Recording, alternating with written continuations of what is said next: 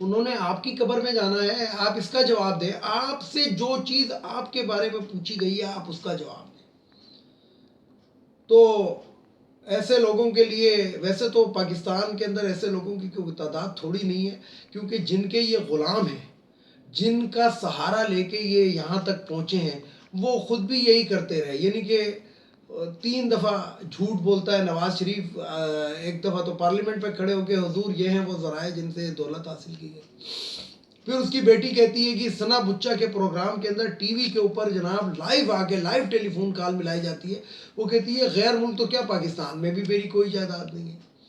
پھر وہ جو 2 صاحبزادے ہیں ڈبو اور ببو، وہ آ کے قبول بھی لیتے ہیں اور ایک دوسرے کی تردید بھی کرتے ہیں، لیکن کوئی مسئلہ ہی نہیں. نہ انہوں نے پیسہ آج تک واپس کیا، بلکہ ایون کہ یہ تو اپنے جلسے اور جلوسوں کے لیے بھی پیسہ نہیں دیتے، یہ تو دوسروں سے مانگتے ہیں، دوسروں کی جیبیں کاٹتے ہیں. جس کی واضح مثال یہ آپ کو 2-4 دن پہلے اخبارات سے مل گئی ہوگی کہ مریم نواز صاحبہ جو ہے وہ لوگوں سے چندے اکٹھے کر رہی ہیں لاہور کا جلسہ کامیاب کروانے کے لیے. اور اس کے اندر کسی نے 35 لاکھ، کسی نے 20 لاکھ، کسی نے 15 لاکھ، کسی نے 5 لاکھ، 1 کروڑ، تقریباً 1 کروڑ 15 لاکھ روپے انہوں نے جمع کیے، جو کہ بہت کم ہے. اس کے اندر نواز شریف کی فیملی کا کوئی ذکر نہیں ہے کہ انہوں نے بھی اتنے دیے، کیونکہ یہ بہت ہی غریب لوگ ہیں.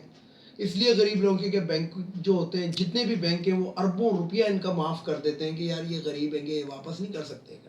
اربوں روپیہ معاف کروا لیتے ہیں، شوگر میلیں لگا لیتے ہیں.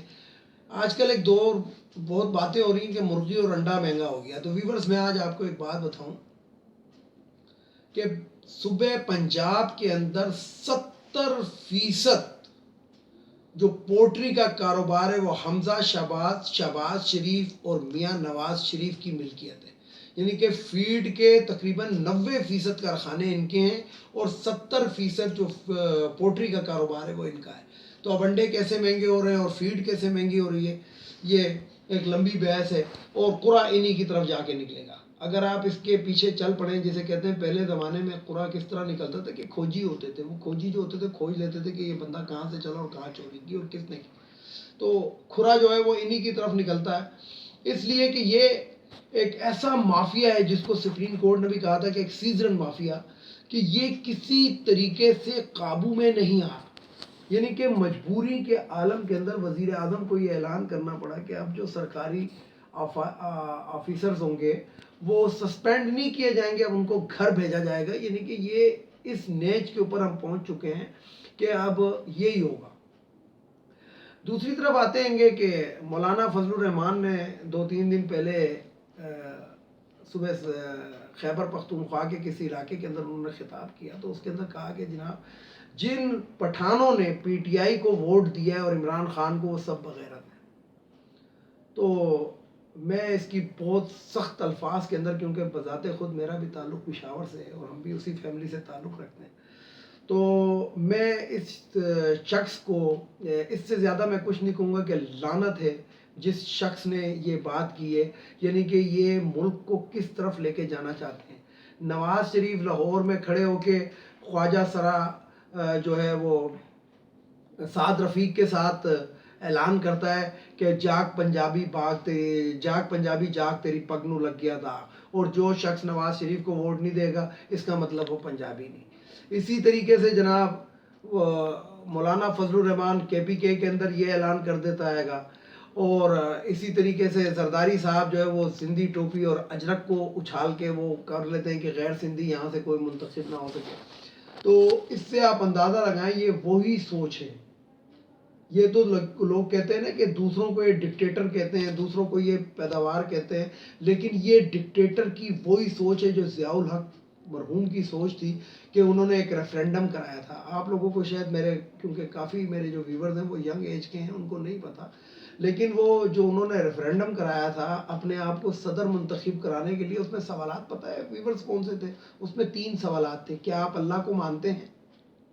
پہلا سوال. کیا آپ رسول پاک صلی اللہ علیہ وسلم کو خاتم النبیین مانتے ہیں؟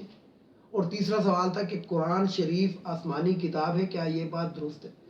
اب اس سے کون شخص انکار کرے گا؟ اور جب آپ تینوں کا ہاں میں جواب دو گے تو اس کا مطلب ہے کہ آپ ضیاء الحق کو مانتے ہیں، اور وہ ریفرینڈم کامیاب ہو جاتا ہے. 90% ووٹ لے کے ضیاء الحق صاحب کامیاب ہو جاتے ہیں. تو یہ وہی ڈکٹیٹروں والی سوچ ہے کہ ایک طرف پنجابی کا نعرہ لگا دو، ایک دفعہ پٹھانوں کو بغیرت کہہ دو. خیر مولانا فضل الرحمان صاحب آپ کو میں بتا دوں کہ اس کا جواب آپ کو بہت جلدی مل جائے گا. عدالتوں کے اندر آپ کو گھسیٹنے کے لیے لوگ تیار ہو چکے ہیں اسی بات کے اوپر. اور کم از کم 2 سے 4 بندوں کو تو میں جانتا ہوں اور جن کا انشاءاللہ میں ساتھ بھی دوں گا. عدالتوں کے اندر ہم آپ کو گھسیٹیں گے کہ آپ نے یہ الفاظ کیسے کہے. ہم لوگ ہیں، ہماری مرضی ہے، ہمارے قوم کی مرضی ہے، ہمارے عوام کی مرضی ہے. ہم جس کو مرضی ووٹ دیں، ہم پیپلز پارٹی کو دیں، نون لیگ کو دیں، پی ٹی آئی کو دیں، تمہیں دیں نہ دیں، اور ان میں سے کسی کو بھی نہ دیں، یہ ہماری مرضی ہے. تم کون ہوتے ہو یہ کہنے والے کہ اگر فلانے کو ووٹ دے گا تو وہ بغیرت ہوگا؟ بغیرت وہ نہیں ہوگا جو یہ شخص کہہ رہا ہے اس کے اوپر وہ 1,00,000 بغیرتوں کی برابر وہ خود بغیرت ہے. اس لیے بغیرت ہے کہ ایک طرف تم اسمبلی کے اندر جب پیپلز پارٹی کی حکومت ہوتی ہے تو کہتے ہو نون لیگ والے چور ہیں، جب نون لیگ کی حکومت ہوتی ہے تو کہتے ہو پیپلز پارٹی والے چور ہیں، اور پھر ان دونوں چوروں کو ملا کے تو ان کا سربراہ بن جاتا ہے. تو میں نے جیسے کہ اپنی ایک ویڈیو میں کہا تھا کہ آج کل شیطان کا کام پاکستان میں ختم ہو چکا ہے، وہ مولانا فضل الرحمان کر رہا ہے. اور اس کو مولانا کہتا کون ہے مجھے یہ نہیں سمجھ. یہ کہتا اپنے آپ کو کہتا ہے کہ میں لاکھوں عالموں کا استاد ہوں. تو لعنت ہے ایسے استاد پہ بھی، اور پھر ان کے جو شاگرد ہوں گے وہ کیسے ہوں گے ہمیں تو یہ سمجھ نہیں آ رہا. کیونکہ ہم نے تو سنا ہے کہ قابل استاد کا قابل شاگرد ہوتا ہے. کلاس کے اندر سارے بچے برابر نہیں ہوتے، ایک آدھ نالائق بھی ہوتا ہے. لیکن اب یہ نہیں سمجھ آ رہا کہ یہ استاد نالائق ہے یا شاگرد جو ہے نااہل ہیں گے کہ وہ اس طرح کے استاد کی استادی انہوں نے قبول کی نہیں. اور دوسری بات ویورز، میں آپ کو ایک حقیقت بتاؤں کہ مولانا فضل الرحمان کو صرف اور صرف جو ڈر لگا ہوا ہے وہ یہ لگا ہوا ہے کہ عمران خان یا پی ٹی آئی کی حکومت جو ہے اب مدرسوں کے اندر سائنسی تعلیم لانا چاہتی ہے، کمپیوٹر لانا چاہتی ہے، بچوں کو کمپیوٹر بھی سکھانا چاہتی ہے. اگر یہ ریفارمز ہو گئے اور یہ چیزیں اویلیبل ہو گئیں تو اس کی تو دکان بند ہو جائے گی. کیونکہ وہ پھر اسلام پہ ریسرچ کرنا شروع ہو جائیں گے. وہ پھر وہ والے طالبان یا وہ والے تو حافظ نہیں بنیں گے کہ ہاں جی بس رٹا لگاؤ استاد سے مار کھاؤ. نہیں، وہ پھر ریسرچ بھی کریں گے کہ ہاں جی یہ مکی صورت ہے، بدی صورت، مطلب ہر چیز پہ وہ ریسرچ کرنا شروع کر دیں. جب وہ ریسرچ کرنا شروع کر دیں گے تو پتہ لگے کہ تو یہ تو جو عالم ہے یہ عالم ہی نہیں ہے. تو جسے کہتے ہیں گے کہ یہ میں آپ کو ایک حقیقت بتا رہا ہوں. اب دوسری طرف میں آپ کو آخری کے اندر ایک کچھ باتیں ایسی بتا دوں کہ ویورز کے یہ جسے کہتے ہیں کہ اہم خبریں ہیں. خبریں یہ ہیں کہ پی ڈی ایم جو ہے ٹوٹ پھوٹ کا شکار ہو چکی ہے. زرداری جو ہے وہ جو یہ جو قمر زمان قاہرہ کسی دور میں ایک بات کہتے تھے کہ ایک زرداری سب پہ باری. تو وہ جو زرداری ہے انہوں نے ایک ایسا گیم کھیلا ہے کہ ان تمام کو ناک آؤٹ کر دیا. اور کبھی بھی وہ جو شخص ہے گا اس کو مفاہمت کا بادشاہ لوگ کہتے ہیں، تو وہ ایسی چالیں اس نے چلی ہے کہ ان تمام کو پھنسوا دیا ہے. پی ٹی آئی نے کوئی، پاکستان پیپلز پارٹی نے کوئی بھی ایسا شرنگیز قسم کا بیان ابھی تک نہیں دیا فوج کے خلاف یا اداروں کے خلاف. لیکن یہ لوگ اتنے آگے نکل گئے کہ یہ تمام کے تمام دھر لیے جائیں گے. اور سندھ حکومت جو ہے وہ پیپلز پارٹی کے پاس ہے، اور کبھی بھی پیپلز پارٹی یہ نہیں چاہے گی کہ میں وہ سندھ حکومت سے ہاتھ دھو بیٹھے. کیونکہ زرداری ایک ایسا شخص ہے کہ جس کے پاس ایم این اے اور ایم پی ایس کی اکثریت نہ ہونے کے باوجود وہ سینٹ کا چیئرمین اور ڈپٹی چیئرمین اپنا منتخب کرا لیتا ہے. جیسا کہ آپ کو یاد ہوگا کہ بلوچستان حکومت راتوں رات توڑ دی جاتی ہے. پھر وہ نواز شریف باں بھی کرتا رہتا ہے کہ جناب یہ ہو گیا وہ ہو گیا، لیکن ہوتا کچھ بھی نہیں ہے.